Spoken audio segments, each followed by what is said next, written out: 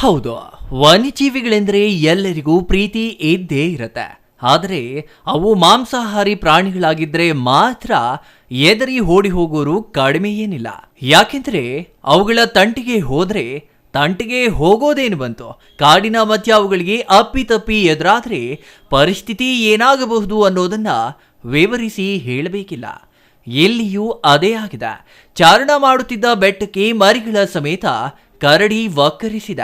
ಅದನ್ನ ಯಾರೋ ತಮ್ಮ ಮೊಬೈಲ್ನಲ್ಲಿ ಸೆರೆ ಹಿಡಿದು ಸಾಮಾಜಿಕ ಜಾಲತಾಣದಲ್ಲಿ ಹರಿಯಬಿಟ್ಟಿದ್ದಾರೆ. ಪರಿಣಾಮ ಚಾರಣಿಗರಲ್ಲಿ ಆತಂಕ ಆರಂಭವಾಗಿದೆ. ಪಂಚನದಿಗಳ ಬೀಡು ಎಂದೇ ಖ್ಯಾತಿ ಪಡೆದಿರುವ ಚಿಕ್ಕಬಳ್ಳಾಪುರ ಜಿಲ್ಲೆ ಹಲವು ಪ್ರವಾಸಿ ತಾಣಗಳನ್ನ ಹೊಂದಿದೆ. ಪ್ರೇಮಿಗಳ ಹಾಟ್ಸ್ಪಾಟ್ ಆಗಿರುವ ನಂದಿಗಿರಿಧಾಮಕ್ಕೆ ಪ್ರತಿನಿತ್ಯ ಸಾವಿರಾರು ಪ್ರವಾಸಿಗರು ಬಂದು ಹೋಗ್ತಾರೆ. ಅದೇ ರೀತಿ ಪಕ್ಕದಲ್ಲೇ ಇರುವ ಕಳವಾರ ಗ್ರಾಮದ ಸ್ಕಂದಗಿರಿ ಬೆಟ್ಟ ವೀಕೆಂಡ್ ಟ್ರೆಕ್ಕಿಂಗ್ ಮಾಡಲು ಫೇವರೇಟ್ ಆಗಿದೆ. ಸ್ಕಂದಗಿರಿ ಮೇಲೆ ಹೋಗುತ್ತಿದ್ದಂತೆ ನಿಮಗೆ ಮೋಡಗಳ ಮೇಲೆ ನಡೆಯುವ ಅನುಭವವಾಗುತ್ತದೆ. ಮೋಡಗಳ ಹಾಸಿಗೆ ಮೇಲೆ ಸನ್ರೈಸ್ ನೋಡಲು 2 ಕಣ್ಣುಗಳು ಸಾಲದ. ಸ್ಕಂದಗಿರಿಯ ಮಂಜು ಕಣಿವೆ ನಿಮ್ಮ ಮನಸ್ಸಿನಲ್ಲಿ ಶಾಶ್ವತವಾದ ಪ್ರಭಾವ ಬೀರುತ್ತೆ. ಅಂತಹ ತಾಣದಲ್ಲಿ ಈಗ 3 ಕರಡಿಗಳು ಪ್ರತ್ಯಕ್ಷವಾಗಿವೆ. ಚಾರಣಿಗರ ಎದೆಯಲ್ಲಿ ಇದರಿಂದ ಢವ ಢವ ಶುರುವಾಗಿದೆ. ಸ್ಕಂದಗಿರಿ ಬೆಟ್ಟಕ್ಕೆ ಚಾರಣಕ್ಕೆಂದು ವೀಕೆಂಡ್ನಲ್ಲಿ ಆನ್ಲೈನ್ ಮೂಲಕ ಬುಕ್ ಮಾಡಿಕೊಂಡು ಸಾವಿರಾರು ಟೆಕ್ಕಿಗಳು ಬಂದು ಚಾರಣ ಮಾಡ್ತಾರೆ.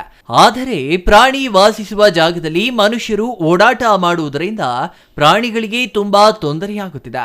ಮನುಷ್ಯನಿಂದ ಪ್ರಾಣಿ ಸಂಕುಲ ನಾಶವಾಗುತ್ತಿದೆ.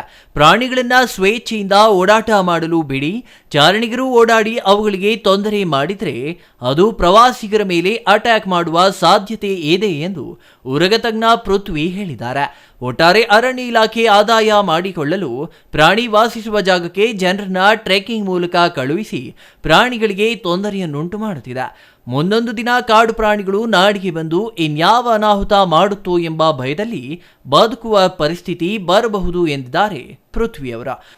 ಫಾರೆಸ್ಟ್ ಡಿಪಾರ್ಟ್ಮೆಂಟ್ ಅವರು ಮುನ್ನೆಚ್ಚರಿಕೆಯಿಂದ ಆನ್ಲೈನಲ್ಲಿ ಬುಕ್ಕಿಂಗಲ್ಲಿ ಏನಿದೆ ಅದರಲ್ಲೇ ಟರ್ಮ್ಸ್ ಆ್ಯಂಡ್ ಕಂಡೀಷನ್ ಹಾಕ್ಬಿಡೋದು ಒಳ್ಳೆಯದು ಅಂತ ಸಿಗುತ್ತೆ. ಯಾಕಂದರೆ ಅಲ್ಲಿ ಲಿಮಿಟೆಡ್ ಗಾರ್ಡ್ಸ್ ಇರ್ತಾರೆ.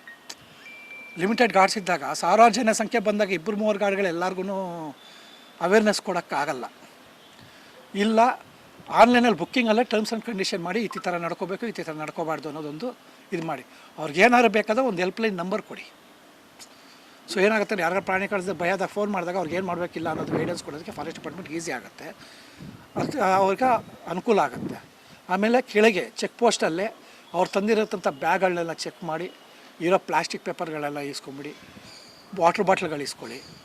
ಪರ್ಮನೆಂಟ್ ಯೂಸ್ ಇರಬೇಕು, ಪ್ಲಾಸ್ಟಿಕ್ ಬಾಟ್ಲ್ ಇರಬಾರ್ದು. ಇಲ್ಲ ತೊಗೊಂಡೋಗ್ತಾ ಇದ್ದಾರಾ ಅಲ್ಲಿ ಮೆನ್ಷನ್ ಮಾಡ್ಕೊಂಡು ಬಂದಾಗ ರಿಟರ್ನ್ ತಂದಿರೋ ತೋರಿಸ್ಬಿಟ್ಟು ಹೋಗಬೇಕು.